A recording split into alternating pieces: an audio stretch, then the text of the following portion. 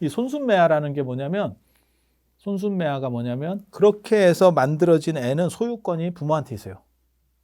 내가 만든 거니까. 그러니까 기독교식이나 안 그런 불교식처럼 불교는 영혼이 들어온 거잖아. 그러니까 나는 육체를 내가 만들었을지는 내가 부모인데 내가 만들었을지는 모르지만 정신은 내가 만든 게 아니지. 그러니까 얘를 내가 구속할 수가 없지. 그러니까 개인주의가 되는 거예요. 근데 이 영혼까지 내가 만들었다면 이건 내 거지. 그러니까 예를 들어서 내가 이 염주를 갖고 있어. 이 염주를 내가 불에 녹이든 버리든 이걸 누가 나한테 범죄를 형성시킬 수가 없잖아. 왜? 이건 피해를 주는 게 아니잖아. 맞잖아. 개가 요즘 갈려 나온 거예요. 개가. 그러니까 인간은 지금 갈려 나온 지가 오래됐고, 그러니까 일제강점기 때나 이런 근현대 소설들을 보면 뭐가 있냐면 딸이나 이런 자식들을 저당 잡혀서 도박을 하는 경우들이 나와요. 그게 가능한 게 뭐냐면 소유권이 나한테 있다라고 보기 때문에 그래. 이해가 됩니까? 그러니까 그때까지만 해도 그 유교적 사고들이 존재했기 때문에 내 딸이니까 내 거야. 그러니까 너 시집 가 하면 가는 거고 너 쟤한테 노비로 가 그러면 가는 거야. 왜냐면 내 거니까. 내가 이거를 자 선물 이러면 그냥 형성이 돼버리는 거야. 물론 안 줘. 물론 안 주지만 이해가 되죠. 그래서 묻어 죽여도 괜찮다라고 생각해요. 그건 범죄 형성이 안 돼요. 그러니까 부모가 자식을 죽이는 건 범죄 형성이 안 돼. 그건 순임금 때도 나와요. 순임금 아버지가 고순가 걔가 순임금을 죽이려고 했어도 범죄 형성이 안 돼. 네. 말 같지도 않죠. 그런데 이게 최근에 분리되면서 나온 게 뭐냐면 반려동물이야. 우리 어렸을 때만 해도 개 주인이 개를 죽였어. 범죄 형성이 안 돼. 범죄 형성 안 된다니까. 근데 지금 뉴스나 이런 데서 보면 뭐가 나오냐면 내가 개를 이제 끌고 가는데 개가 말을 안 들어가지고 뭐 자전거에 달아매고 안 그러면 뭐 오토바이 같은 데 달아매가지고 이렇게 질질 끌고 가는 경우 있잖아요. 그럼 개가 또 너무 지치면 끌려가거든. 뛰는 게 아니고. 그렇게 해서 이제 약간 마대자루 같이 이렇게 쭉 딸려가면 얼마나 쓸리면 애가 아프겠어. 근데 그거를 딴 사람이 보고 신고하잖아요. 그러면 그 개 주인이 처벌받죠. 맞잖아. 우리 어렸을 때 만약에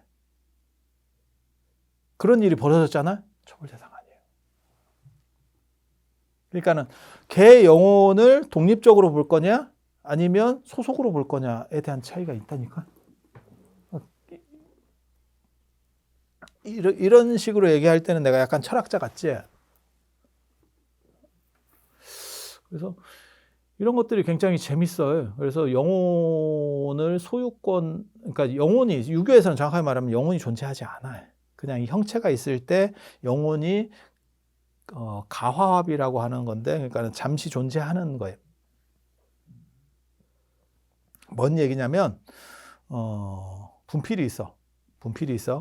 분필은 동그랗게 생겼잖아요. 그래서 내가 굴리면 구르는 성질이 있죠. 그 구르는 성질은 분필을 깎았기 때문에 존재하는 거냐? 그 구르는 성질을 이 분필 밖으로 독립시킬 수 있느냐? 이건 문제예요. 그걸 독립시킬 수 있다면 그거는 영혼이 되는 거고, 이것은 단지 이 형체 안에 존재하는 어떠한 속성, 특징일 뿐이다 라고 하면 영혼과 육체는 붙어 있는 거예요. 유교에는 영혼과 육체가 붙어 있다고 생각해요. 그래서 육체가 건강해야 건강한 정신에 건강한 육체에 건강한 정신이 나가 있어요. 그리고 육체가 장애면 영혼도 장애라고 봐요. 그래서 장애인 차별이 심해. 그러니까 불교나 저 기독교 문화에서는 장애가 있어도 그거는 심신이원론을 취하기 때문에 영혼의 장애가 있는 건 아니에요. 그래서 그 사람은 똑같이 존중받아야 된다라고 생각을 하는데 유교에서는 영혼과 육체는 붙어 있으니까 여기가 팔이 없으면 얘도 없는 거예요. 그래서 장애인은 제사에 참석도 못해.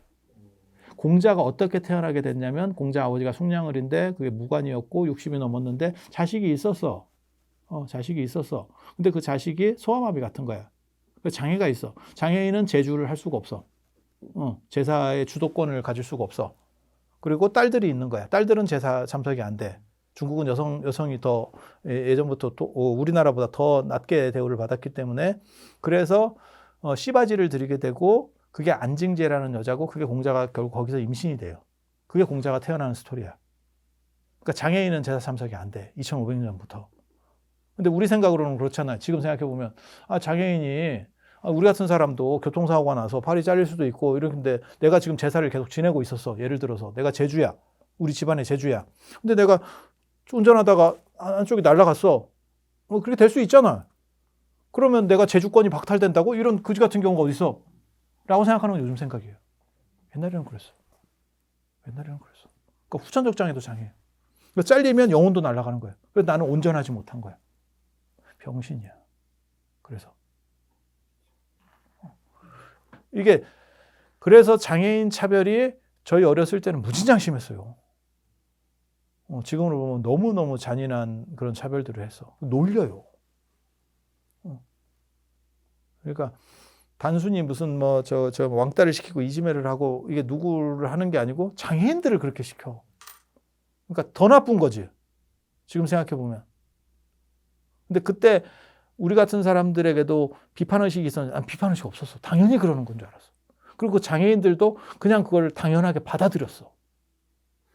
오늘날 생각하면 너무너무 잔인하고 놀라운 문화예요. 근데 그렇게 될 수 있는 게 뭐냐면 영혼과 육체는 붙어있기 때문에 육체가 장애면 영혼도 장애야. 그건 굉장히 재밌는 거예요. 그러면 이런 사고가 옳으냐 그러냐? 아니 그걸 얘기하는 게 아니야. 그들은 그렇게 믿고 살았던 거야. 그리고 여기에는 아직도 답이 없어. 정확한 답은 없어요. 답은 없어. 어떤 것이 옳아요? 그러니까 그래서 제가 그런 얘기 하는데 스티븐 호킹이 만약에 우리나라 사람이었으면 저 사람은 제대로 학교도 못 가고 끝났다. 거기는 심신이원론이기 때문에 장애에 대해서 그리고 장애인들을 입양하는 문화도 사실은 그 심신이원론이기 때문에 가능한 거예요. 서양에서는. 동아시아에서는 장애인은 입양 대상이 아니에요. 도태 대상이에요. 그래서 그런 부분이 있고 소유권 자체가 나에게 있다라고 부모에게 있다라고 생각을 해서 무슨 일이 벌어지느냐 죽여도 관계가 없어. 그래서 흉년이 들면 부모가 자식을 잡아먹는데 그런 얘기는 많이 나옵니다. 잡아먹는데 차마 내 자식은 못 잡아먹기 때문에 바꿔서 먹어. 그러니까 배경을 알면 이게 왜 이 사람들이 그런 식으로 행동을 하면서도 윤리의식에 저항이 없었는지를 정확하게 이해할 수 있는 거예요. 근데 이걸 배경을 모르면 어떻게 생각하냐면 이건 잔혹동화가 되는 거야. 사이코 집단이 돼버리는 거야. 그래서 사실 이러한 문화의 원형을 이해한다는 게 굉장히 저는 중요하다고 생각을 하는 사람이거든요. 그래서 불교 문화나 유교 문화나 도가 문화나 뭐 아니면 기독교 문화나 이런 것들을 다 이해를 해서 그 바탕부터 쫙 끌어올리면 얘네가 왜 이런 식으로 생각하고 결국은 이렇게 행동할 수밖에 없는지. 그러니까 동아시아에서 사실 불교가 끼치는 가장 안 좋은 것 중에 하나는 동물을 격상시킨 거예요. 유교에서는 동물에 대해서 영혼이 있다는 생각을 잘 안 했어요. 그런데 윤회론이 돼버리면 그러니까 나랑 지금 약간 다를 뿐이지 본질은 똑같은 거지. 이게 이렇게 왔느냐 이렇게 갔느냐의 차이인 거지. 그래서 동물을 함부로 못하게 돼. 수단화시키기가 어려워. 유목문화는 정당화시켜버려요. 그러니까 영혼이 없다라는 걸 정당화시켜 동물에는. 그래서 얼마든지 수단화돼가지고 지금도 광우병이 만들어지고 닭이 어떻게 한 페이지 A4 한 장에도 안 되는데 살고 있어요. 이게 가능한 게 이게 수단화되는 게 서구에서 다 하는 거거든. 걔네는 영혼이 없으니까. 동물에는 영혼이 없으니까. 그리고 동아시아도 유교에서는 그렇게 믿지 않았는데 불교가 들어오면서 그거를 훨씬 더 강화시켜버려요. 그래서 동아시아 전통에서의 가장 큰 특징 중에 재밌는 것 중에 하나가 뭐냐면 동아시아에서는 동물이 말을 하는 구조들이 많이 나와. 동물과 인간이 대화하는 구조들이 많이 나와.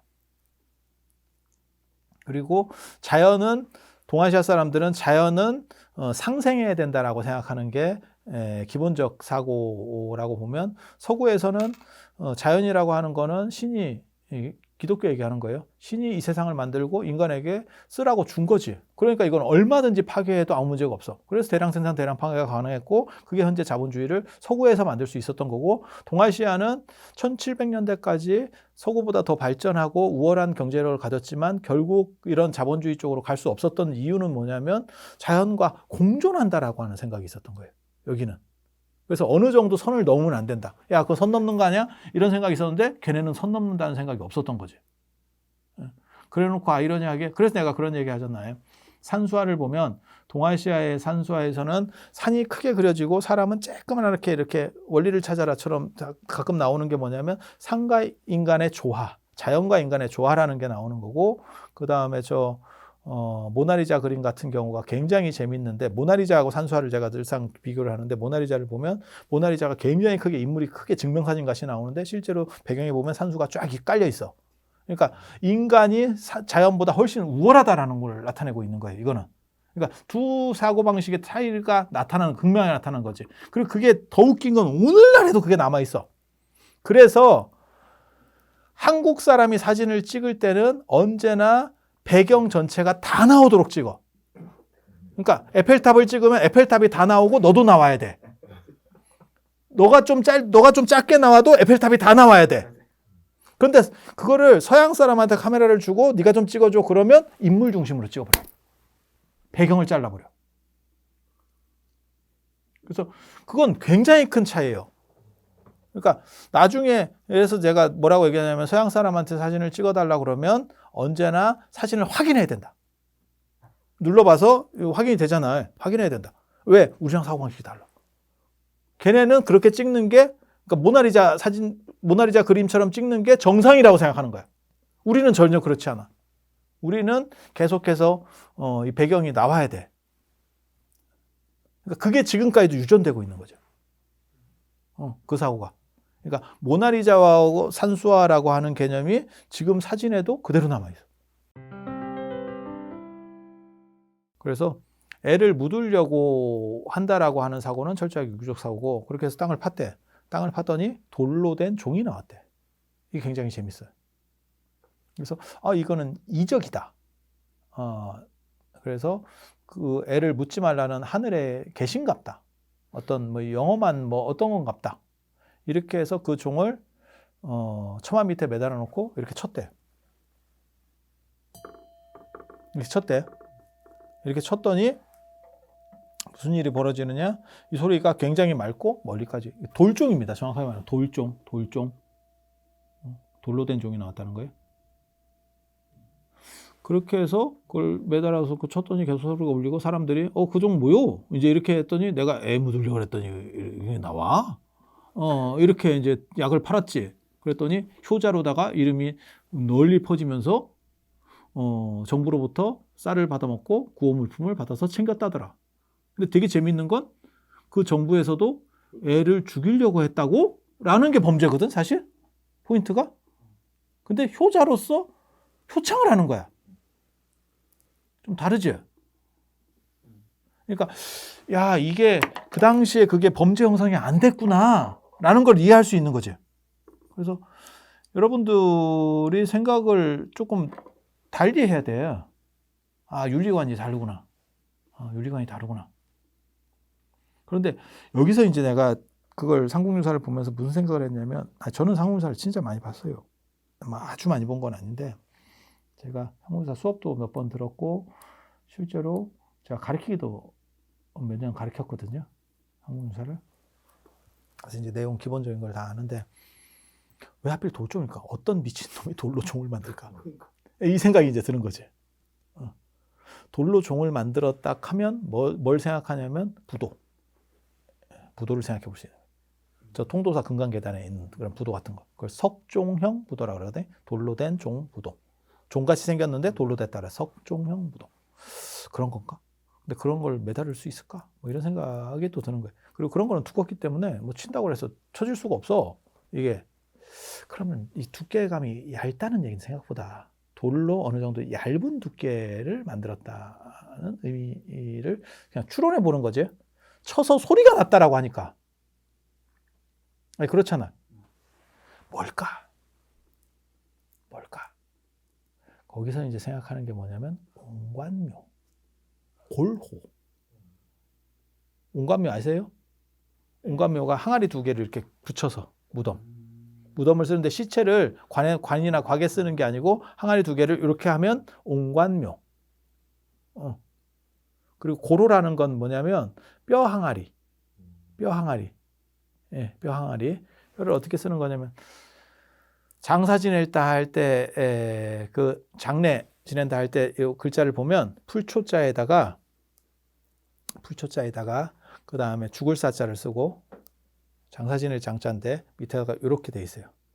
그러니까 고인돌 같은 평상 위에 시체를 놓고 풀을 덮은 거예요. 이거 초분이라고 합니다. 초분. 옛날식 장례 풍습이에요. 옛날식 장례 풍습.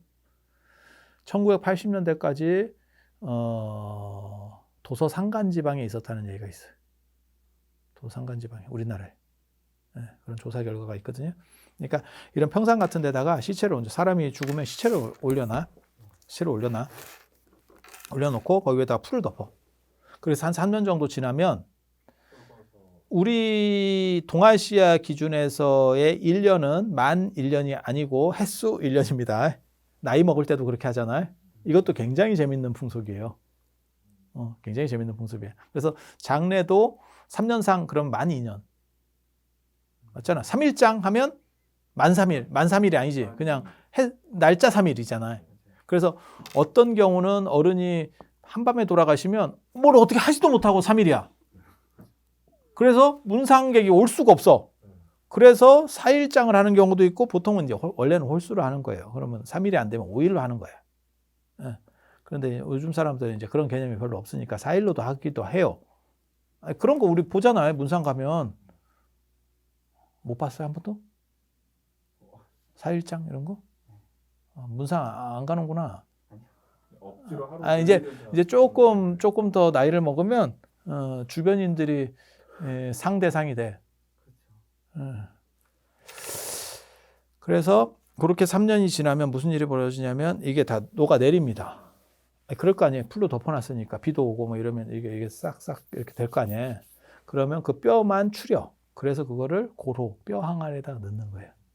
그 과정에서 좋은 뼈라는 개념이 나와. 그래서 진짜 뼈, 성스러운 뼈, 진골, 성골